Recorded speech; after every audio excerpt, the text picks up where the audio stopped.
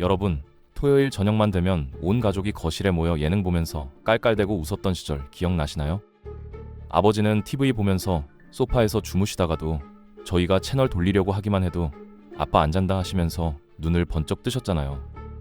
일요일 밤에 개그 콘서트 끝나고 엔딩 음악 나오면 아 벌써 주말 끝났네 하면서 괜히 서운했고, 다음날 학교나 회사 가면 어젯밤 그거 봤냐면서 대화가 시작되는 게 당연한 일상이었거든요.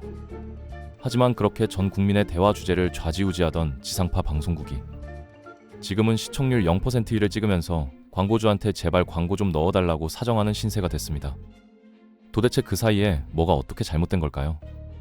오늘은 한때 대한민국 문화를 지배하던 지상파 방송국이 어쩌다 이 지경까지 추락하게 됐는지 그 속사정을 낱낱이 파헤쳐 보겠습니다. 일단 숫자부터 보면 진짜 심각한 게 2012년만 해도 지상파 3사가 광고로 벌어들인 돈이 2조 원을 넘겼는데 2024년 기준으로 이 숫자가 8천억 원대까지 떨어졌거든요. 반토막도 아니고 3분의 1토막이 난 건데, 더 무서운 건 이 하락세가 멈추지 않고 지금 이 순간에도 계속 떨어지고 있다는 겁니다. KBS는 2024년 한 해에만 800억 원이 넘는 적자를 냈고 SBS도 수백억 원 적자에 허덕이고 있는데, 그나마 흑자를 낸 MBC도 속을 들여다보면 방송 광고로 번 게 아니라 드라마를 해외에 팔아서 겨우 버틴 수준이거든요. 그럼 그 많던 광고비는 다 어디로 갔느냐? 여러분이 지금 이 영상을 보고 계신 유튜브로 갔고, 인스타그램으로 갔고, 틱톡으로 갔습니다. 2024년 기준 온라인 광고 시장이 10조 원을 넘겼는데 방송 광고 시장은 3조 원대로 쪼그라들었거든요. 광고주들 입장에서 생각해보면 당연한 선택인 게, TV 광고는 누가 보는지도 모르고 효과 측정도 안 되는데 유튜브 광고는 20대 남성한테만 30대 여성한테만 이렇게 정확하게 타겟팅이 되고 몇 명이 봤는지, 몇 명이 클릭했는지, 몇 명이 실제로 물건을 샀는지까지 숫자로 딱딱 나오니까 돈 냄새 맡는 기업들이 당연히 효율 좋은 쪽으로 갈 수밖에 없는 거죠. 10년 전만 해도 방송국은 완전 슈퍼갑이었거든요. 인기 프로그램에 광고 한 번 넣으려면 기업 홍보팀에서 방송국 담당자한테 밥을 사고 술을 사면서 줄을 서야 했고, 돈을 많이 내도 자리가 없다면서 튕기는 경우도 많았습니다. 그런데 지금은 상황이 완전히 뒤집혀서 방송국 영업 담당자가 대기업 본사 로비에서 몇 시간씩 기다려도 담당자가 안 만나주는 경우가 비일비재하다고 하더라고요. 광고비 깎아줄 테니까 한 번만 넣어달라고 사정해야 하는 처지가 됐다는 거거든요. 갑이 을이 된 정도가 아니라 병이나 정 수준까지 떨어졌다는 자조 섞인 이야기가 업계에서 공공연하게 돌고 있습니다. 광고주들이 떠난 가장 큰 이유는 젊은 세대가 아예 TV를 안 보기 때문인데, 조사 결과를 보면 20대 중에 매일 TV를 보는 사람이 절반도 안 됩니다. 반면 50대 이상은 70%가 넘는데, 이게 무슨 의미냐면 지금 TV를 보는 사람들은 대부분 중장년층이라는 거거든요. 광고주들이 가장 좋아하는 타겟은 2049세대, 즉 구매력이 있는 젊은 층인데, 이 사람들이 TV를 안 보니까 굳이 비싼 돈 들여서 TV 광고를 이유가 없어진 겁니다. 최신 스마트폰 광고를 50대, 60대만 보는 채널에 내보내봤자 효율이 안 나오는 건 당연한 거잖아요.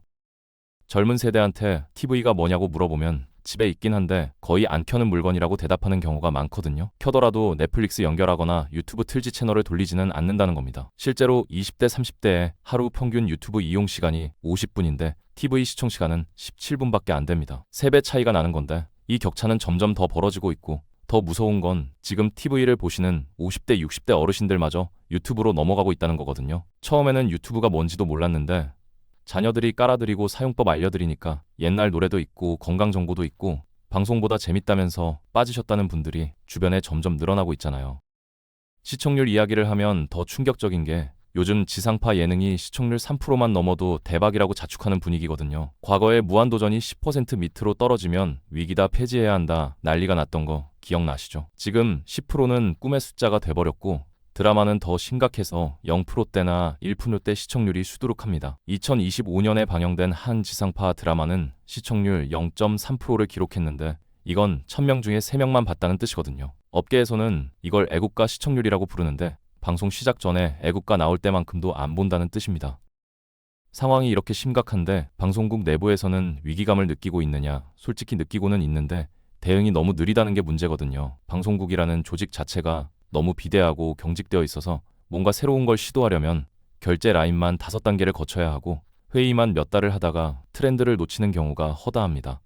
유튜버들은 오늘 아이디어 내면 오늘 촬영해서 바로 업로드하는데, 방송국은 기획하고 결제받고 섭외하고 촬영 일정 잡고 이러다 보면 그때쯤에는 이미 대중의 관심이 다른 데로 옮겨간 후거든요. 한 방송국 PD가 했다는 말이 있는데 제작비를 달라고 하면 돈이 없다고 하고 시청률 나오면 주겠다고 하는데 제작비 없이 어떻게 시청률을 내라는 건지 모르겠다면서 한숨을 쉬더라고요. 그런데 사실 이 상황이 하루아침에 온 게 아니거든요. 방송국이 스스로 판 무덤에 스스로 들어간 거라고 봐도 과언이 아닌 게 2014년에 벌어진 일을 보면 진짜 어이가 없습니다. 당시에 유튜브가 막 성장하기 시작하던 시기였는데 지상파 방송국들이 긴급 회의를 열더니 역사에 길이 남을 결정을 내렸거든요. 유튜브에 올라가 있는 우리 방송 클립 싹 다 내려라 이거였습니다. 무한도전 하이라이트, 1박 2일명 장면, 개그 콘서트 웃긴 장면 이런 게 유튜브에 많이 올라와 있었는데 조회수가 수백만 수천만 찍히고 있었거든요. 그런데 방송국 높으신 분들 생각은 달랐습니다. 우리 귀한 콘텐츠를 왜 남의 플랫폼에서 공짜로 보여줘 보고 싶으면 우리 홈페이지 와서 돈 내고 봐라 이거였죠. 그래서 진짜로 유튜브에서 방송 클립을 싹 다 지워버렸는데 결과가 어떻게 됐을 것 같으세요? 시청자들이 아이고 죄송합니다 하면서 방송국 홈페이지로 몰려갔을까요? 천만에요. 그냥 방송을 안 보기 시작했습니다. 유튜브에서 편하게 보던 걸 굳이 회원 가입하고 액티브엑스 깔고 결제하고 화질도 구린 홈페이지까지 찾아가서 볼 사람이 누가 있겠습니까? 그리고 그 빈자리를 먹방이 채웠고 게임 방송이 채웠고 뷰티 유튜버가 채웠습니다. 방송국이 스스로 유튜브 생태계에서 철수하는 바람에 시청자들이 개인 크리에이터 콘텐츠에 적응할 시간을 벌어준 거거든요. 자기가 판 함정에 자기가 빠진 셈이죠. 뒤늦게 아차 싶어서 다시 유튜브에 영상을 풀기 시작했는데 이미 버스는 떠난 뒤였습니다. 젊은 세대는 이미 TV 문법을 잊어버렸고 10분짜리 편집 영상과 숏폼에 완전히 익숙해져 버린 거예요. 방송국이 유튜브를 경쟁자로 봤던 게 최대의 실수였다는 분석이 나오는 이유가 여기 있습니다. 플랫폼이랑 싸울 게 아니라 플랫폼을 활용했어야 하는 건데 콧대만 높았지 시대 흐름을 전혀 못 읽은 거죠. 여기서 끝이 아닙니다. 방송국이 국민한테 신뢰를 잃은 것도 몰락의 결정적인 원인인데 여러분 요즘 TV 뉴스 보시면 어떤 생각이 드세요? 뉴스에 나왔으니까 사실이겠지 이렇게 생각하시는 분들이 얼마나 계실까요? 솔직히 말해서 별로 안 계실 겁니다. 정권이 바뀔 때마다 앵커가 바뀌고 논조가 180도 뒤집히는 걸 우리가 너무 많이 봐왔거든요. 어제까지 비판하던 걸 오늘은 옹호하고 어제까지 칭찬하던 걸 오늘은 공격하는데 시청자들이 바보가 아닌 이상 저 방송국은 정권 눈치 보는구나 이렇게 생각할 수밖에 없잖아요. 팩트체크가 안 된 내용을 단독이라고 터뜨렸다가 나중에 사실이 아닌 걸로 밝혀지면 정정보도는 어떻게 하느냐. 화면 구석에 자막 한 줄 띄우고 끝입니다. 그걸 누가 봅니까? 특정 발언을 앞뒤 잘라서 의미를 완전히 왜곡하는 이른바 악마의 편집도 뉴스에서 비일비재하게 일어나는데 문제는 지금이 스마트폰 시대라는 거거든요. 방송에서 편집된 영상이 나가면 원본 영상이 바로 유튜브에 올라오고 조회수가 수백만을 찍으면서 방송국이 또 거짓말하네? 이런 댓글이 달립니다. 실시간으로 팩트체크가 되는 시대에 여전히 우리가 보도하면 국민은 믿는다는 마인드로 방송을 만드니까 신뢰가 바닥을 칠 수밖에 없는 거죠. 관련 기사 댓글이나 커뮤니티 반응을 보면 정말 살벌합니다. 편파 방송 지긋지긋하다. 이건 언론이 아니라 사회적 공해 수준이다. 이런 반응들이 하루 이틀 쌓인 게 아니거든요. 수년간 쌓이고 쌓인 불신이 폭발한 건데 방송국은 여전히 반성할 기미가 안 보입니다. 여전히 같은 방식으로 뉴스를 만들고 여전히 편파적이고 여전히 팩트체크가 제대로 안 되거든요. 시청자들 입장에서는 더 이상 볼 이유가 없어진 겁니다. 여기에 기름을 부은 게 KBS 수신료 문제인데 여러분 매달 전기요금 고지서에 2,500원씩 빠져나가는 거 아시죠? TV를 보든 안 보든 집에 TV가 있으면 무조건 내야 했던 돈인데 이게 40년 넘게 강제 징수됐거든요. 그렇게 걷어들인 돈이 매년 7,000원이 넘는데 이 돈이 도대체 어디에 쓰였느냐? 양질의 다큐멘터리나 공정한 뉴스 제작에 쓰였으면 아무도 뭐라 안 했을 겁니다. 그런데 현실은 KBS 직원 거의 절반 가까이가 연봉 1억 원 이상을 받고 있었고 그중 상당수가 맡은 일도 없이 빈방에서 시간만 때우는 무보직자라는 비판이 터져나온 거예요. 국민들은 코로나 터지고 경제 위기 오고 허리띠 졸라매면서 살고 있는데 공영방송이라는 곳은 신의 직장 노름을 하고 있었다는 거잖아요. 이게 알려지면서 국민들이 폭발했는데 KBS가 내놓은 해명이 더 가관이었습니다. 무보직자가 2,000명이 아니라 1,500명이다. 이게 해명이에요? 1,500명이면 괜찮다는 건가요? 국민들 입장에서는 완전히 염지르는 소리로 들릴 수밖에 없었죠. 결국 여론이 폭발하면서 2024년에 수신료 분리 징수가 시행됐는데 TV가 없으면 안내도 되게 바뀐 거거든요. KBS 수신료 수입이 반토막 날 거라는 전망이 나오면서 내부가 패닉에 빠졌다는 후문이 있습니다. 결국 방송국 몰락의 핵심은 유튜브나 넷플릭스 같은 외부의 공격 때문이 아니라 스스로 신뢰를 갉아먹고 스스로 시청자를 내쫓은 자충수 때문이라는 거거든요. 시대가 바뀌고 있는데 여전히 우리가 왕이다라는 마인드로 성문을 걸어 잠그고 있으니까 시청자들이 떠날 수밖에 없었던 겁니다. 그리고 이렇게 발등에 불이 떨어진 상황에서 설상가상으로 넷플릭스라는 거대한 적이 등장했습니다. 넷플릭스가 한국 시장에 처음 들어왔을 때 방송국 사람들은 코웃음을 쳤거든요. 누가 돈 내고 드라마를 봐. TV 틀면 공짜인데 이러면서요. 그런데 넷플릭스는 한국 방송국이 상상도 못할 전략을 들고 나왔습니다. 압도적인 자본과 창작의 자유, 이 두 가지였는데 이게 방송국 입장에서는 치명타였거든요. 한국 방송국에서 드라마 하나 만들려면 제작비가 100억 원만 넘어가도 대작 소리를 듣는데 넷플릭스는 300억, 400억 원을 그냥 투자했습니다. 오징어 게임에는 1000억 원이 넘게 들어갔다는 이야기도 있는데 이건 지상파에서는 꿈도 못 꿀 숫자거든요. 돈만 많이 준 게 아니라 간섭을 안 했습니다. 이게 창작자들 입장에서는 천국인 거예요. 방송국에서 드라마 만들려면 심의 규정이라는 게 있어서 폭력적인 장면 안 되고 선정적인 장면 안 되고 욕설도 함부로 못 쓰고 담배 피는 장면은 당연히 모자이크 처리해야 하고 술병도 가려야 하고 칼 들고 있는 장면도 흐리게 처리해야 합니다. 시청자들 입장에서는 넷플릭스에서 칼이 휘날리고 피가 튀는 더글로리를 보다가 지상파 드라마 보면 답답해서 못 보겠는 거죠. 작가들 입장에서도 마찬가지인데 쓰고 싶은 대로 못 쓰고 표현하고 싶은 대로 못하니까 창작 의욕이 꺾일 수밖에 없습니다. 그래서 유능한 작가들이 넷플릭스로 갔고 유능한 감독들이 넷플릭스로 갔고 유능한 PD들이 방송국을 떠났습니다. 방송국에 있으면 연봉 1억 찍기도 힘든데 밖으로 나가면 계약금만 수십억 원에 연봉도 몇 배씩 차이가 나니까 미쳤다고 남아있겠습니까?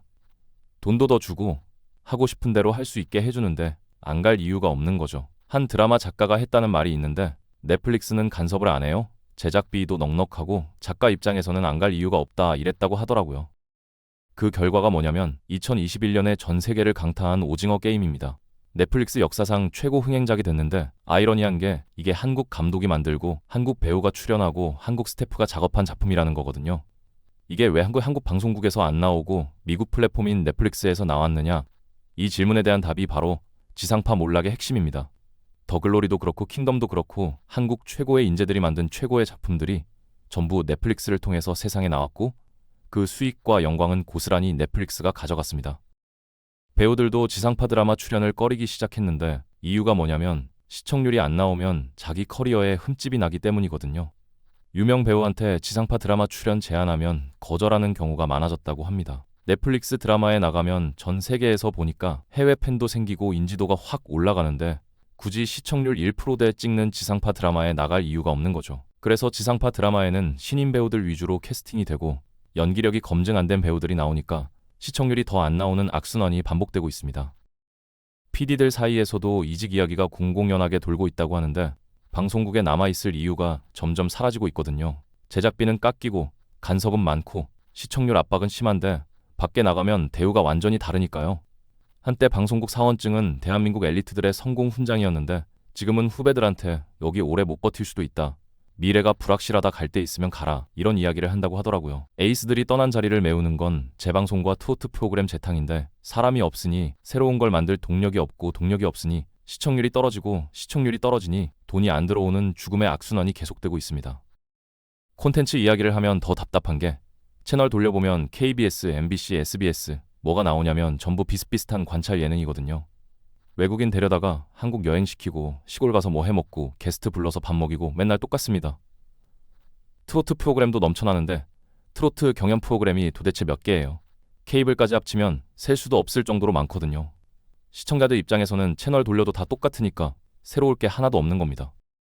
왜 이렇게 됐느냐? 방송국이 안전한 것만 하려고 하기 때문이거든요. 새로운 시도를 안 합니다. 돈도 없고 용기도 없어요. 한번 성공한 포맷을 계속 우려먹는데 관찰 예능이 한번 잘 되니까 다 관찰 예능을 만들고 트로트가 시청률 나오니까 다 트로트를 합니다. PD가 새로운 아이디어를 가져가면 윗선에서 시청률 보장이 안 되면 제작비를 안 준다고 하니까 결국 안전한 것만 하게 되는 거죠. 그 결과 시청자들은 식상해하고 채널을 안 돌리고 리모컨을 내려놓고 스마트폰을 집어듭니다.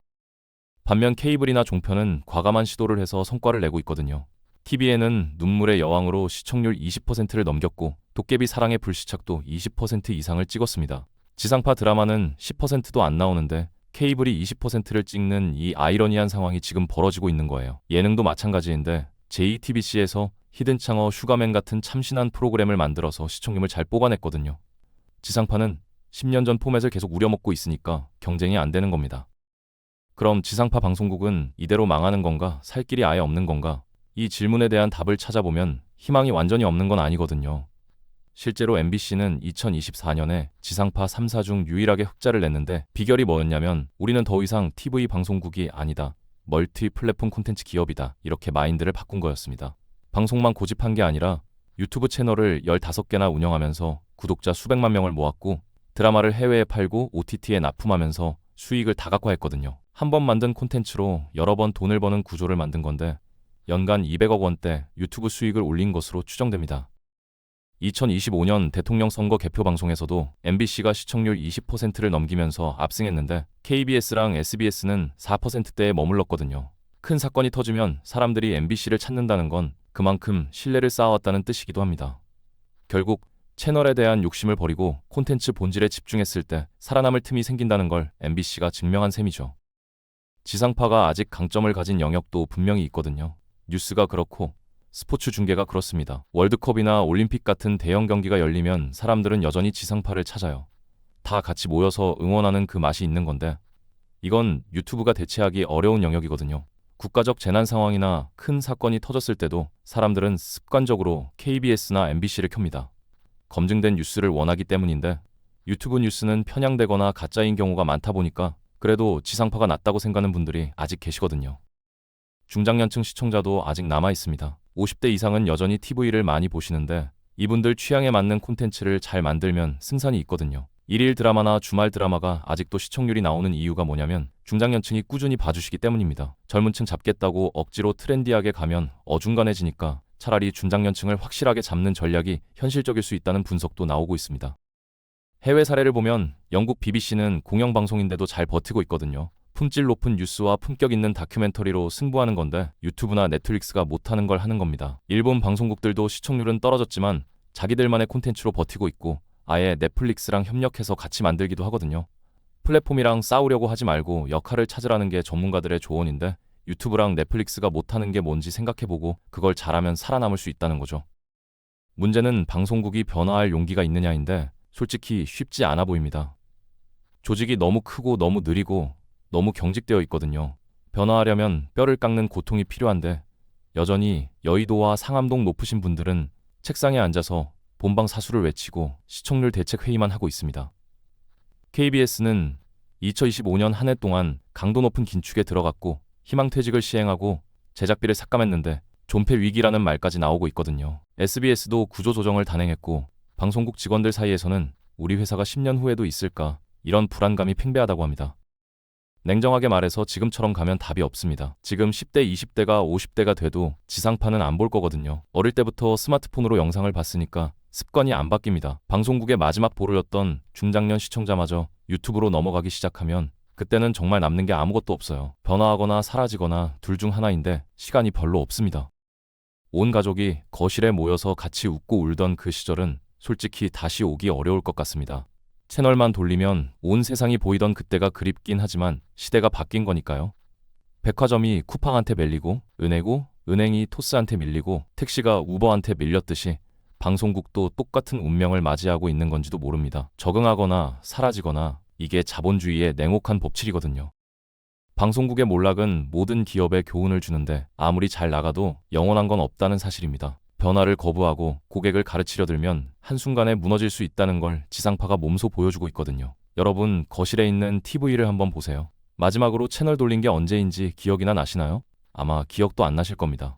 그게 바로 지금 지상파 방송국의 현실입니다.